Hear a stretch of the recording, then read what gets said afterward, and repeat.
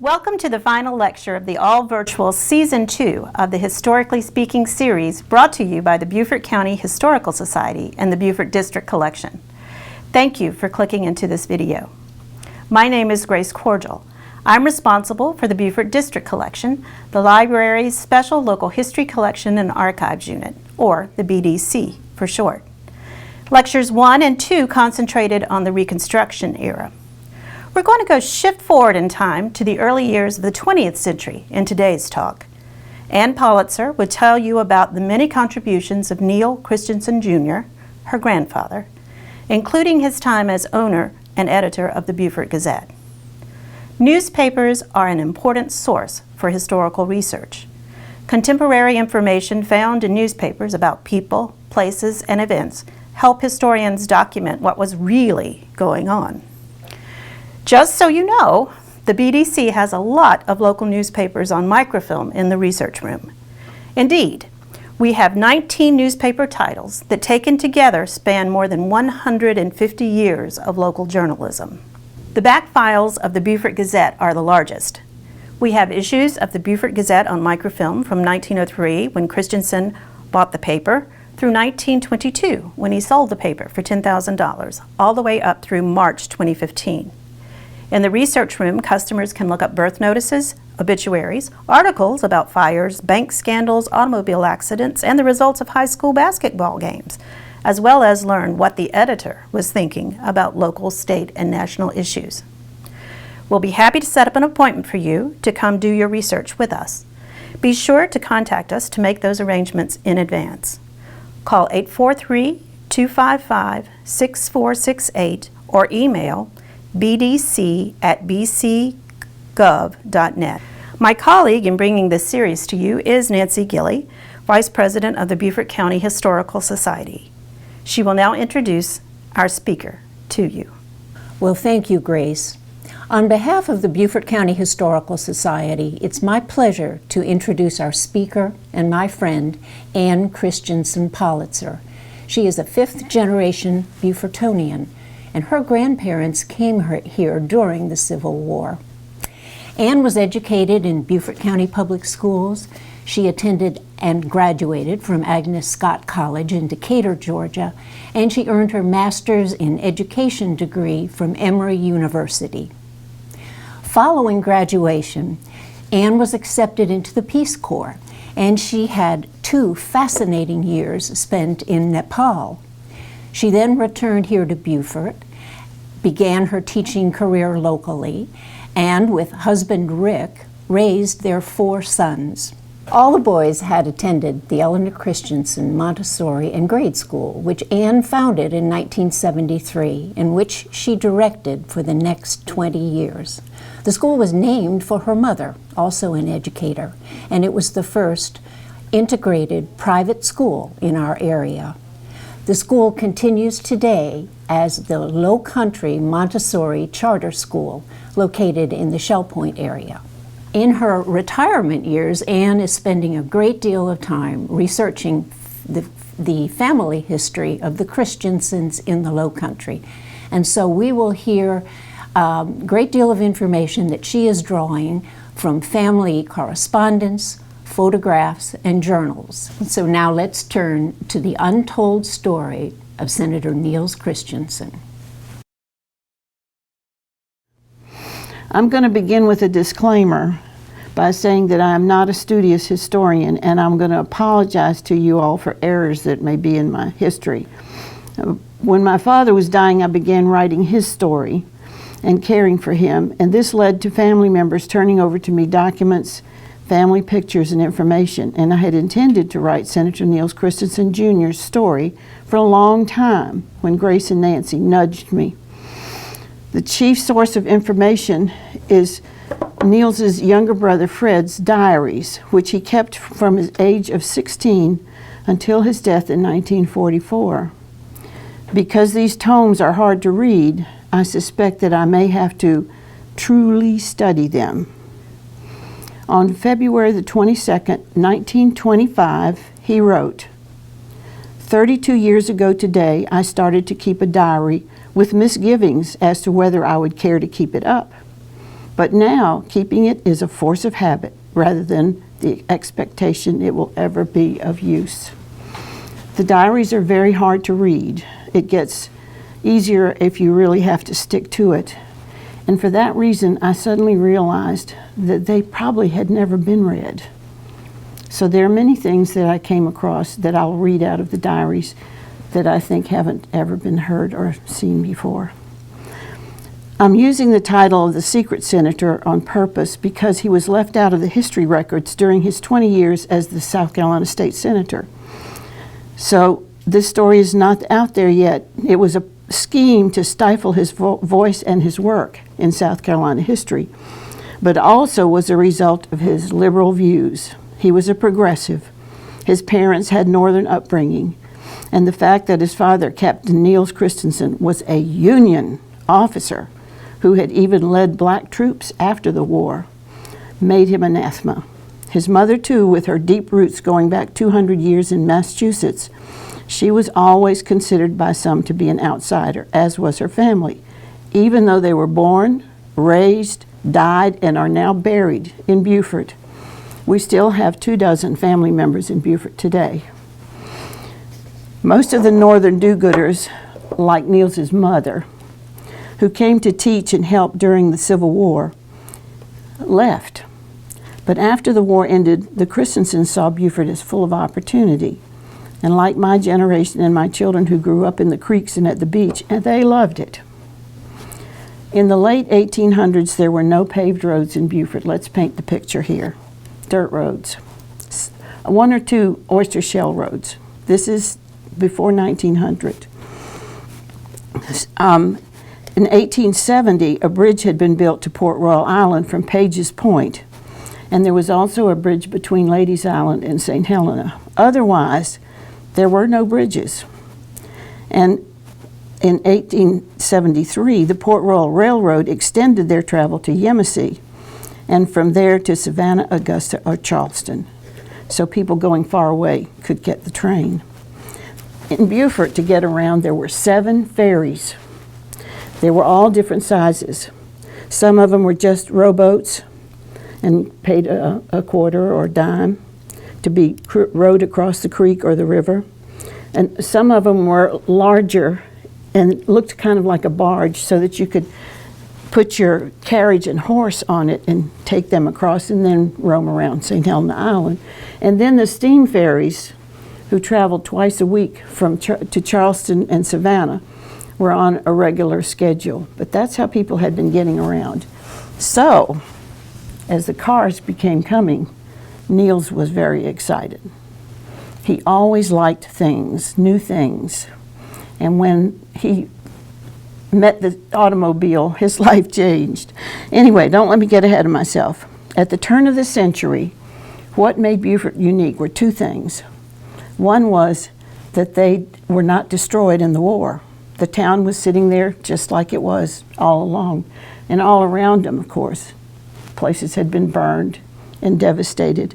The population had 30,000 black citizens and 600 white citizens in Beaufort County. And since black men had gotten the right to vote in 1870, there were a lot of votes that Niels could count on in that area. The downtown business area covered 3 blocks from the ferry at the corner where the bridge is today and down Carteret Street a little bit and down Bay Street to Charles Street. Everything was in that little area there except for a bakery, a meat market, and a few lawyers' offices that were back off the streets. Farmers came into town on Saturdays to buy their groceries and take care of business. There were 2 banks, the People's Bank at the corner near the ferry and the Beaufort Bank 2 blocks away. The fusion government, whereby some black citizens held positions like sheriff and were included on committees and such, was also unique to Beaufort, but gave way to restrictive government after the turn of the century. Farming was the main source of income, and success depended on 2 things, the weather and the market. Niels Christensen Jr. was the first of 6 children born to Captain Niels and Abby Christensen. His mother had arrived in Beaufort with her abolitionist teacher parents in 1864, while the war was still raging and Union campfires could be seen across the Coosaw River.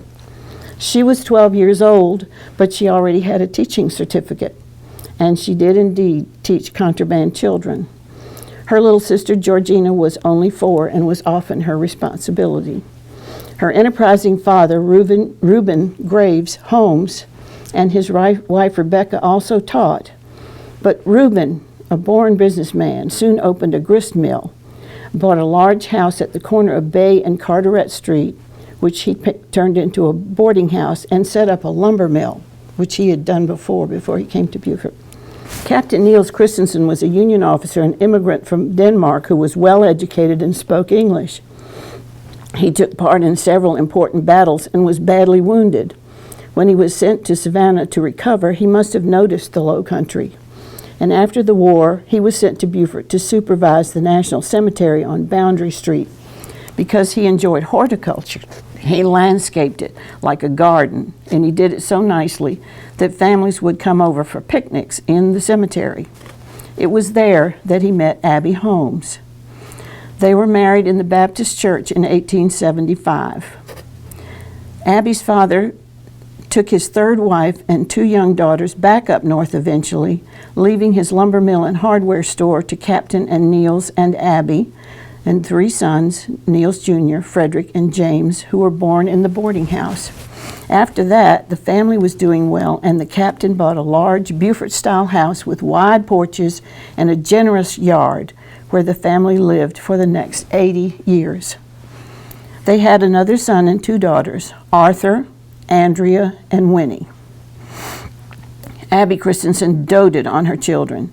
She tutored them at home herself and then took them up north to Massachusetts when they got a little older to attend the Allen School in West Newton, Massachusetts, and the Brookline High School. Niels and Fred did not like the cold north winters, and they were delighted when their father urged them to return home after high school to help him with his business. His health was failing. He really had been injured in the war. Their first task was to ride about the county collecting on the bills that the farmers had incurred with N. Christensen and Sons hardware business. The store sold farm implements and supplies at their downtown location and also out of the Keisling stores. They were very close friends with the Keisling, William Keisling, in Dale and St. Helena Island. Captain Niels also did this, which was very unusual. He sold farmhouses at $50 a room, including an acre of land, on time. So that people, even the poor farmers, were able to buy their houses. They had to repay the interest of 8% every year without fail, and then when they could, they would pay a little down on the principal. His little houses were all over the place. Of course, this meant that Niels and Fred became very familiar and trusted figures in every corner of Beaufort County, a fact which also helped Niels Jr. in his political career. Niels became involved politically when a conflict with Hampton and Jasper counties over the route that the proposed coastal highway was being discussed. That highway was going to stretch from Richmond to South Florida, and where it came through South Carolina, he wanted Beaufort County to be included. This is his first real action as a young man. And so he set up a committee to study this situation and then approached the highway department to make it come where it does now, across the Cumbie Bridge and through Gardens Corner. He was first elected to the school board when he was 24 years old. He had been helping his mother set up a school for black children in Burton because they had no school out there. And he got interested in education as a result. He'd been out to Penn Center. He'd been to Tuskegee with his mom to see the education programs there. And so that's one reason he got on the school board. But in 1904, at the age of 29, he ran for the South Carolina Senate and was easily elected and began his term, which would last 20 years. His opponent was Thomas Talbert, who was much older. He was as old as Niels's mother, and who was a Tillmanite, Pitchfork Ben Tillman's man. Ben Tillman was not popular in Beaufort because he had taken away our naval station and he had raised the taxes on the phosphate until it was no longer profitable and had really hurt Beaufort. So that was another reason people were not going to vote for Thomas Talbert. In January 1905, he went to Columbia to be sworn in. Then, as now, the Senate session lasted from mid-January until mid-June, and it required that senators attend from noon on Tuesday until noon on Thursday. Of course, there were committee meetings as well, and Niels quickly made some young friends, other senators. In 1905, in his first term, Niels introduced a bill for the investigation of coastal fisheries, a growing industry in Beaufort. And with the highway issue, he asked for permission to set up a committee. That was his plan. That's how he learned it, to study the problem, and then returned with their findings and recommendations for improvement. This resulted in the formation of the State Board of Fisheries. He also worked to appropriate funds to build a bridge at Whale Branch, which would connect Beaufort by road to the rest of the state. My father said he almost lost the next election over that one because it involved a bond issue. Nobody wanted to pay for it, but he just squeaked it through there. Next, he became a member of the Dispensary Investigating Committee. Take a deep breath. This is a long story. Prohibition was in full force, and his family were all teetotalers. South Carolina was part of a small number of states electing to set up a state commission to oversee the distribution of alcohol through local state-funded dispensaries rather than banning alcohol totally. Alcohol could not be produced in the state or sold in bars or other businesses, only in the approved dispensaries in each county, and only from bottles with the dispensary seal on it. This meant that the people who were running those dispensaries had a lot of clout because they were bringing thousands of dollars worth of alcohol. Niels' commission exposed the problem. He and other young senators had to be met at the railway station by armed guards for a while for their protection, because they were getting into people's pocketbooks there. In the fall of 1907, still in his first term, he invited Senators Carey and Cothran and other members of the House and Senate to the Columbia Conference to organize the legislative contest that overthrew the dispensary by the passage of the Carey-Cothran Act. As a result of the Second Dispensary Investigation Commission, of which Senator Niels was the chairman, and he sat through it during the session of 1907 and had it set up, large sums of money were paid to the state, and the directors of the dispensary were removed from office. One of those directors was my husband's relative. The salvaged funds were used to establish state aid for public schools. He always knew where he wanted the money to go when he saved it. And during the rest of his service, he assisted in extending this aid that supported the rapid development of the common schools, as they were called. His next project was the state asylum for the mentally insane.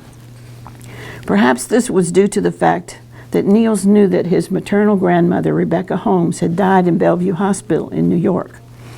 Niels was chairman of the commission which investigated conditions at the state hospital, and he worked with the Honorable Wade C. Harrison of Greenwood and others, each of whom gave up practically a year for this work.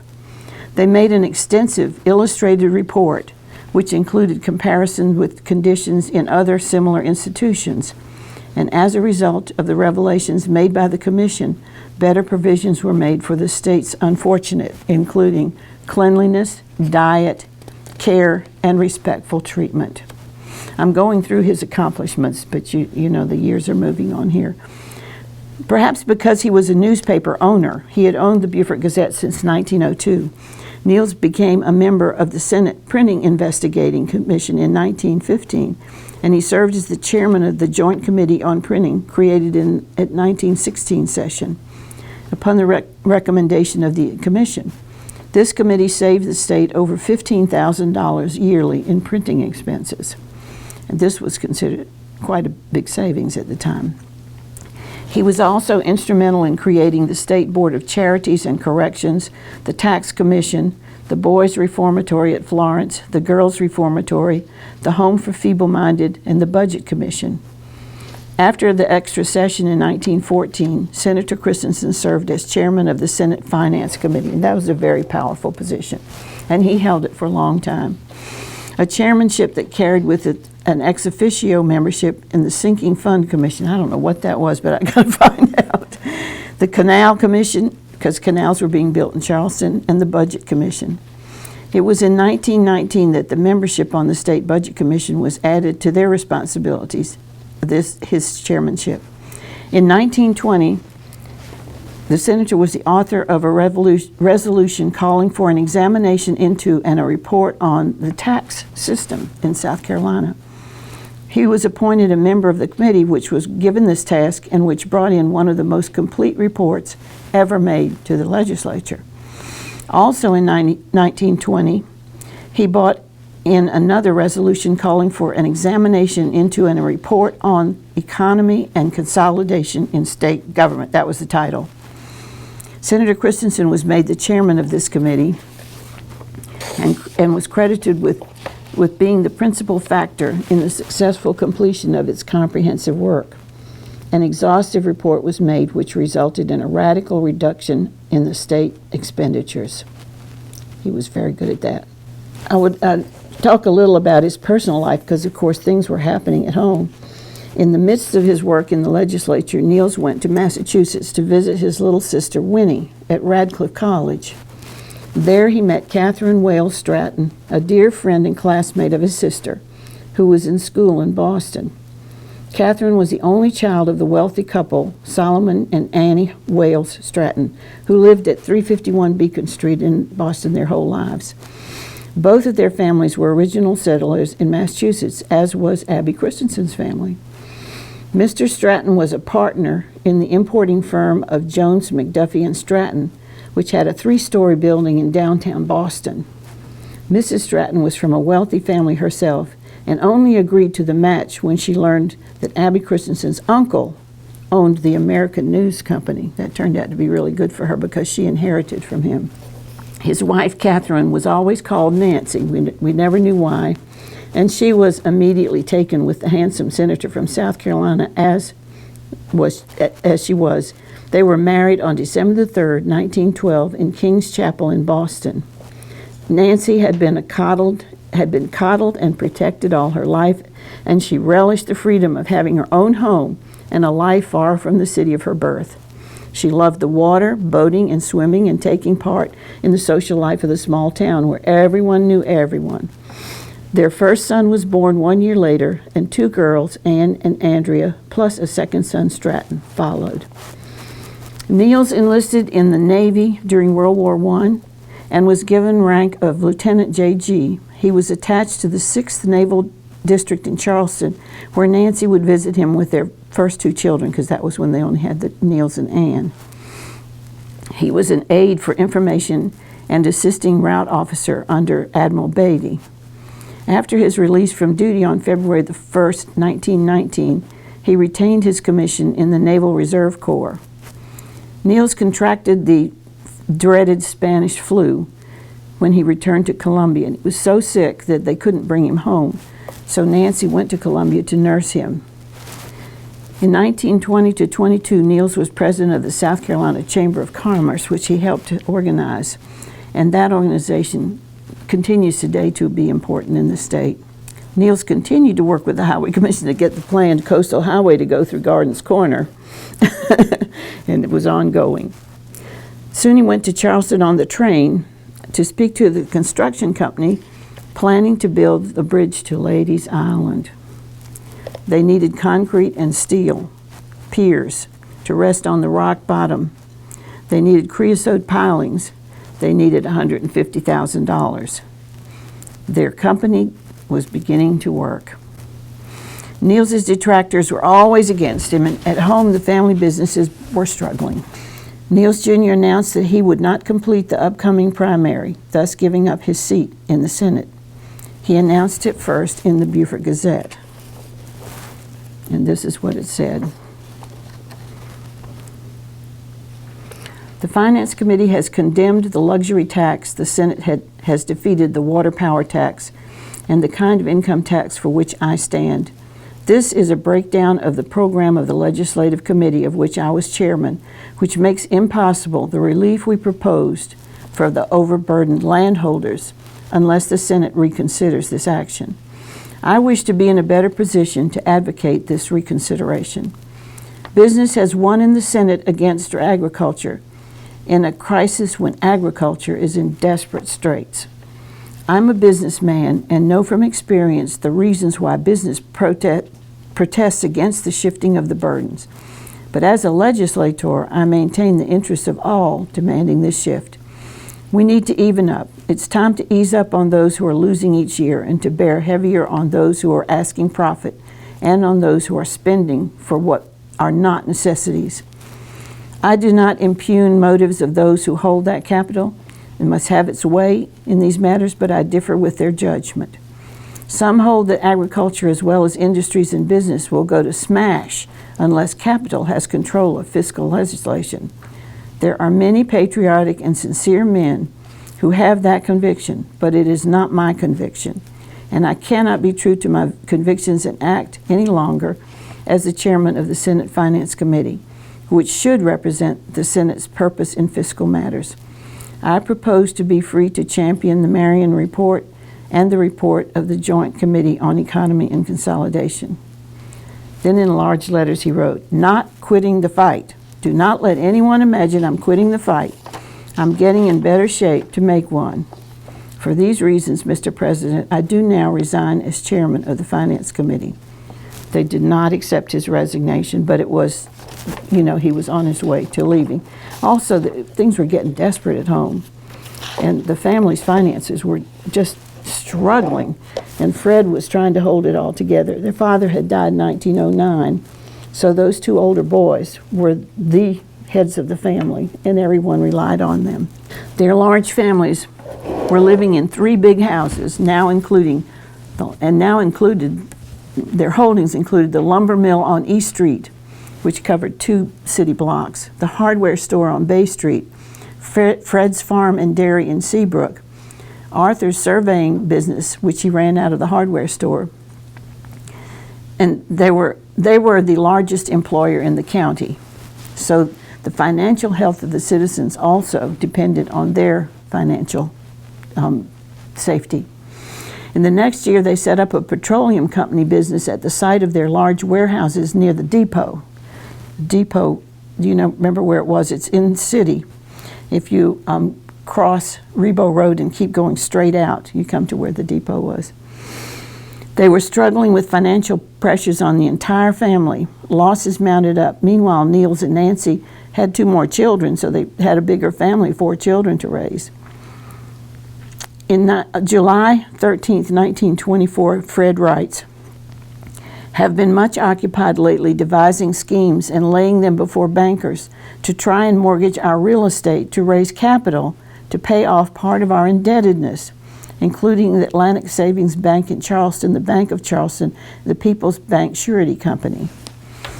They reached out to banks and organizations everywhere, even California and Germany, and they traveled constantly to Columbia, Augusta, Greenville, North Carolina, Georgia, and even Florida, seeking possible investors who would take a mortgage on their properties and give them some capital to operate with. But they would bring the likely investors to Beaufort to look at the real estate businesses and the books, to no avail. It wasn't working. Drivers had gotten lost before Niels had passed a measure in the legislature to map the state. He brought a young legislator home with him, and he was trying to tell him the problem, and he didn't understand, so he said, "Okay, you drive us back to Columbia." And nothing was marked. So they said, "Well, how are we going to pay for that? We've got to map the state." So he decided everyone needed a driver's license, which they charged $1, no test or anything. And he brought 12 driver's licenses home and gave one to everybody in the family, even my father, who was 12. Here's some of the surviving struggles. Fred and Niels traveled to New York and Augusta, Savannah, Greenville, and contacted banks, sent prospectuses of the value of their properties, and even to large corporations that might lend them the funds. They were land poor, as they say, and it was not a unique situation in 1924 and 25.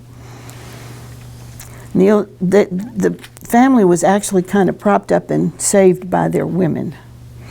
Niels's wife, Catherine, had already inherited from her father when he died in 1912. And she went out and bought Pigeon Point. Boom.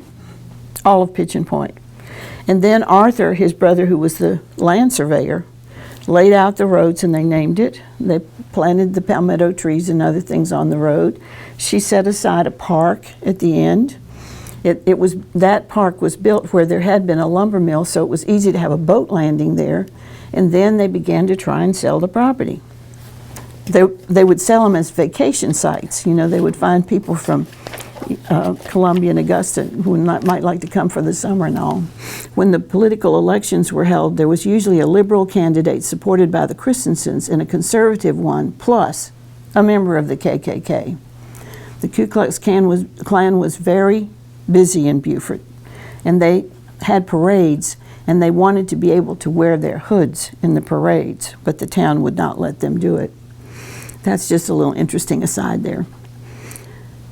Meanwhile, the family continued to follow their usual lifestyle, with the women and children leaving in July and coming back in September, going to the mountains into Massachusetts. Niels and Nancy's children all went north to school when they became of school age. And Nancy's wealthy mother, Mrs. Stratton, she also helped him out, would keep the children while they went to school. Niels's diary entries report the steady decline of their businesses and their growing desperation. In his entry in February 1925 said $600 in losses in January through the businesses. The petroleum business is picking up. Remember, he put in those big tanks. He got clever too. He tried to get the road crews that were paving. They started concrete paving to Pocataligo, but they needed forms to pour the concrete, and they needed fuel for the trucks. So he tried to get their business too. A pile of correspondence at my office, demanding and threatening. Nothing but a miracle can save the business Father Niels and I have built up for 50 years. There are several incidents in Beaufort history after the war that were real landmarks. One was the hurricane of 1893. Another was the fire of 1907 that burned a third of the town. And the third one was the bank failure in 1925. I have a hard time understanding that last one, and I will use direct quotes from Fred's diary to report it. Larry Rowland's third volume also has been a great resource for me, and he goes into great detail about this particular incident.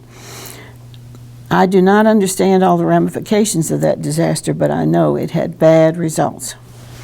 Okay, on November 22nd, 1925, Niels, Calhoun Thomas, and Fred set out by auto to attend court in Ridgeland. There we were summoned to argue Ammon's petition for the bank to have a receiver. Ammons was a guy who did not like the Christensens. The judge took our word and postponed the hearing. The chief difficulty was over the wording of the order, restraining us from preferring creditors or disposing of the assets. Ammon would word it to force them to close up shop. Thomas and Murdoch got it so that we might continue business. And this is a quote: "We are feeling out the possibilities of raising sufficient capital with which to buy back the businesses when they become bankrupted. Not an easy position at a time when everyone is strapped." In the week of December 20th, events of moment followed thick and fast. Tuesday and Wednesday, Mr. Reynolds finished gathering the information desired, went home to return Friday, when he proposed to listen in at the creditors' meeting called for the purpose of electing trustees and examining the bankruptcy. However, he did not get back. Meantime, work on taking account of stock progressing. Thursday afternoon, I was working in the office when Mayor Denby and Mr. Lake came in to ask what could be done to save the firm. We had then been closed for a month. All their businesses shut. You know, the mill and all of them. I told him that we hoped that the Profile National Bank of Charleston would consent to letting us have enough to make our creditors a composition, whatever that is, a composition offer of perhaps as much as 25 cents on the dollar. But they said that the people of Beaufort wanted to do something. I suggested that the Charleston Bank might be more disposed to make us a loan if backed up with notes of local parties. They went off to talk it over with Walter Richardson, a close family friend and the owner of Beaufort Bank. Walter had grown up in Beaufort. They had known him all their lives. At 11:30, a meeting had been called, and both of the lawyers, Murdoch and Thomas, were engaged on opposite sides of the case in court. Richardson appeared at the door, followed by Mayor Demby, Lake, Jim Bellamy, and others. They kept coming. Jew and Gentile, merchant and farmer, and the Baptist church minister. Business competitors and political opponents, along with the rest, crowded into the room. Amma and his opponent beat a hasty retreat out of one way as they came in another. Richardson, as spokesman, announced that the people of Beaufort wished to pay our obligations to the unsecured creditors, amounting to approximately $50,000, dollar for dollar, 10% down, and the rest spread over 2 years in 6-month installments. The lawyers, who doubtless would have been happy to accept 25%, were taken aback. This came out in the Charleston and Savannah newspapers. The town of Beaufort had come to the rescue of one of their first families, a family that had stayed after the war and contributed in every way to the people, all the people, and the prosperity of the county. But this did not mean that everything was solved. This is a diary entry, February 19th, 1928. Cold day, worked at the office in the store in the morning, the Carolina Petroleum Company in the afternoon.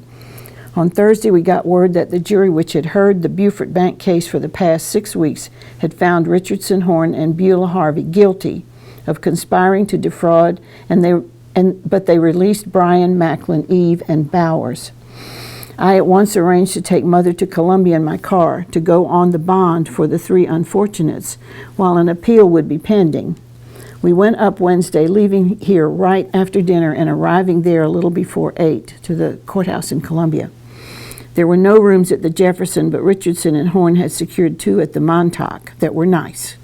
Next morning, I took Mother up to the court, where we heard the appeal of Brown, Richardson's lawyer, for a light sentence and the judge's remarks in passing sentence.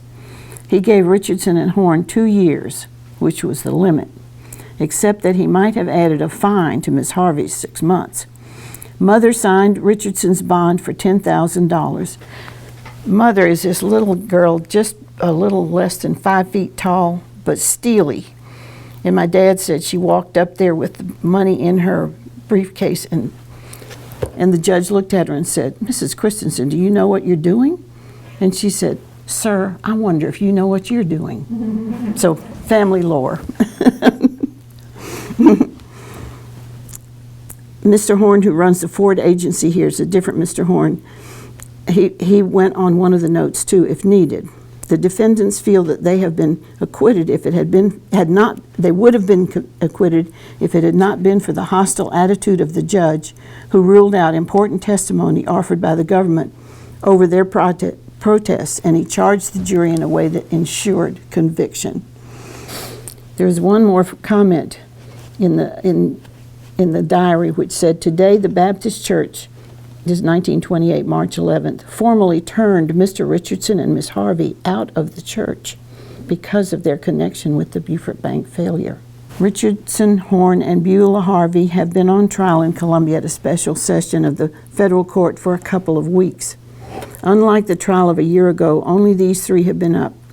Horn has been his own lawyer, and Edgar Brown has represented Richardson and Miss Harvey, though for a part of the time he has attended sessions of the state senate also.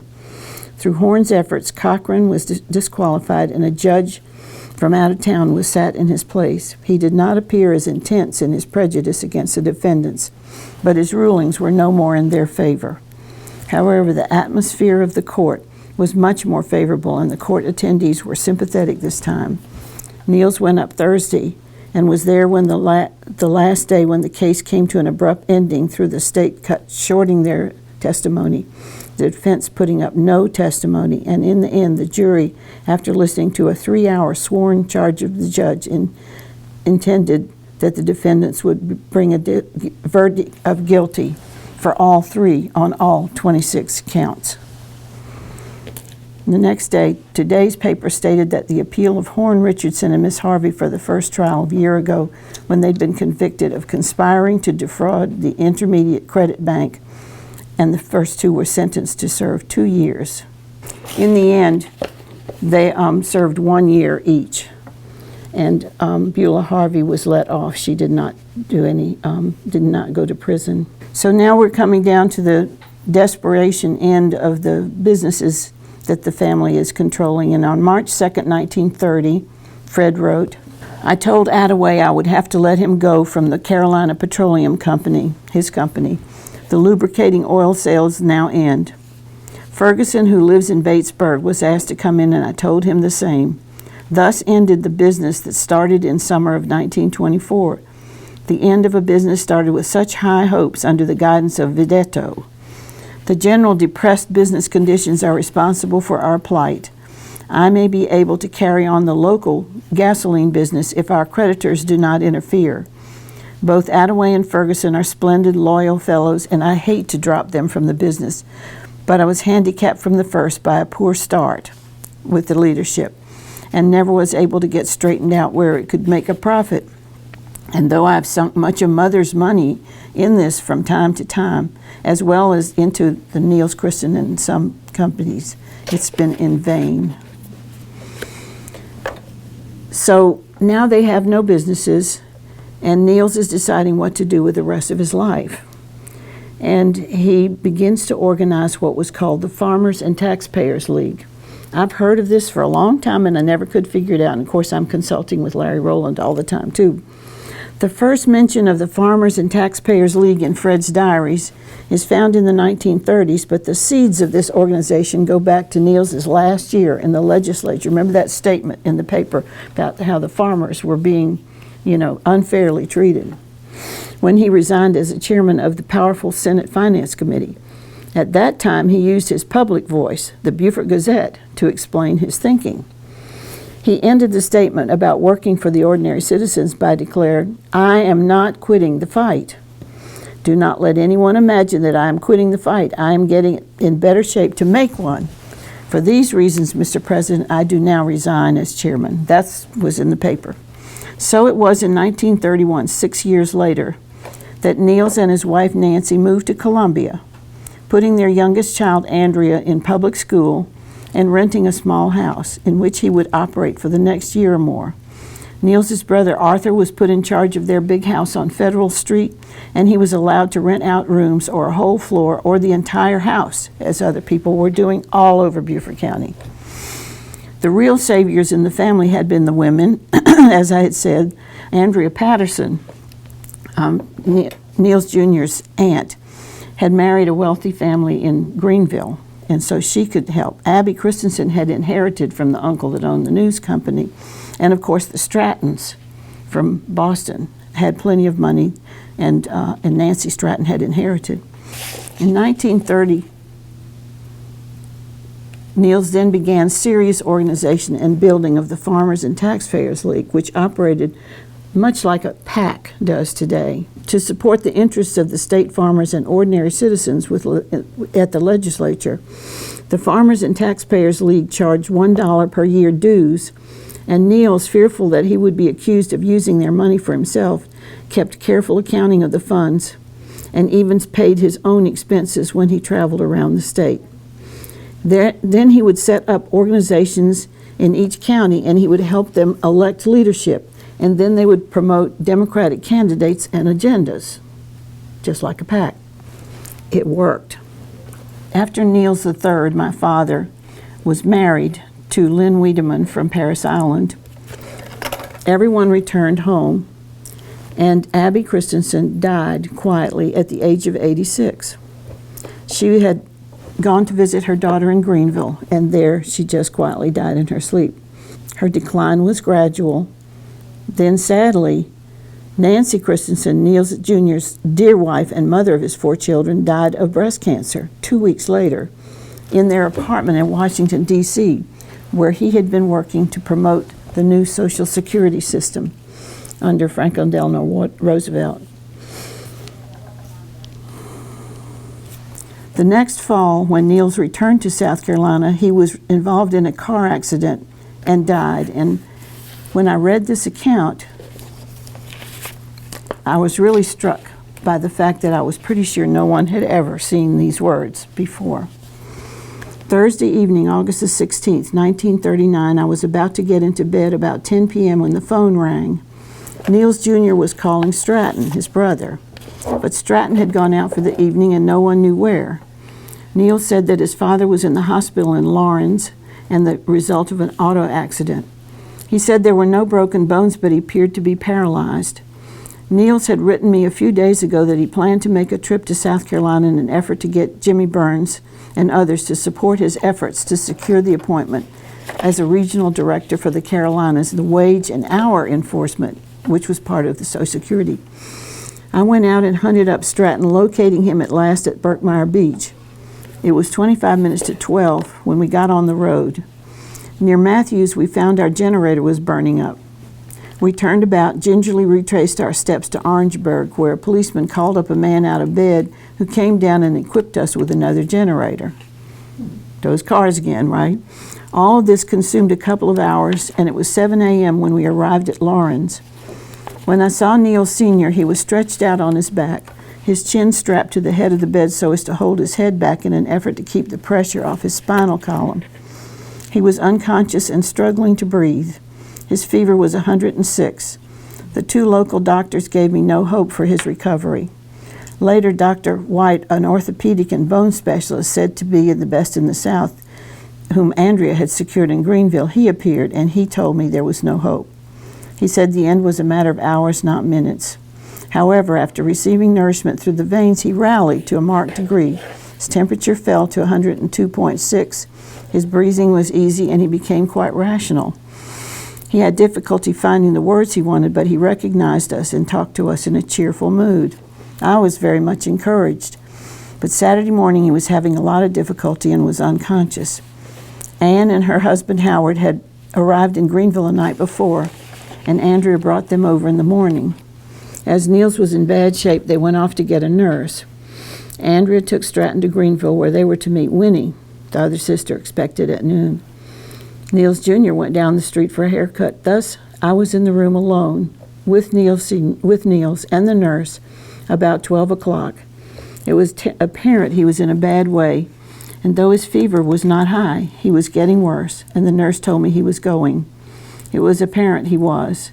The nurse said he had an internal hemorrhage, and he went on out. He was looking at me, but I fear he did not see me. It was the first time I ever saw anyone die, but I was glad that I was with him. Niels was 63 years old.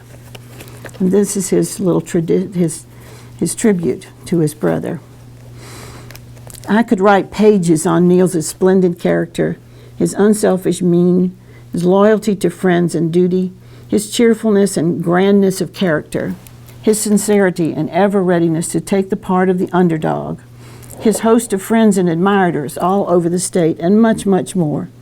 But the thoughts that are uppermost are of a personal, intimate nature, about the son, husband, father, and above all, brother. In all these, he has been as near perfect as one could be. As far back as I can remember, he was always by my side in time of need. Oof, it's getting to me. Ever ready with advice, with moral support. Ever ready to give any and everything he had. Taking great pleasure in all my successes, worried and distressed by my misfortunes. How am I going to carry on without him? And the inspiration of brave, cheerful, uncomplaining, unselfish, and resourceful character. Ever since Mother and Nancy's deaths last September, I fear he has found the going difficult and the way lonely. I've always looked forward to the time when his children, educated and settled, and our business in better shape, he might join me here in Beaufort in the conduct of our little businesses as we used to do many years ago. And I think he hoped for that day too. Had he only lived, perhaps it would not have been so far off.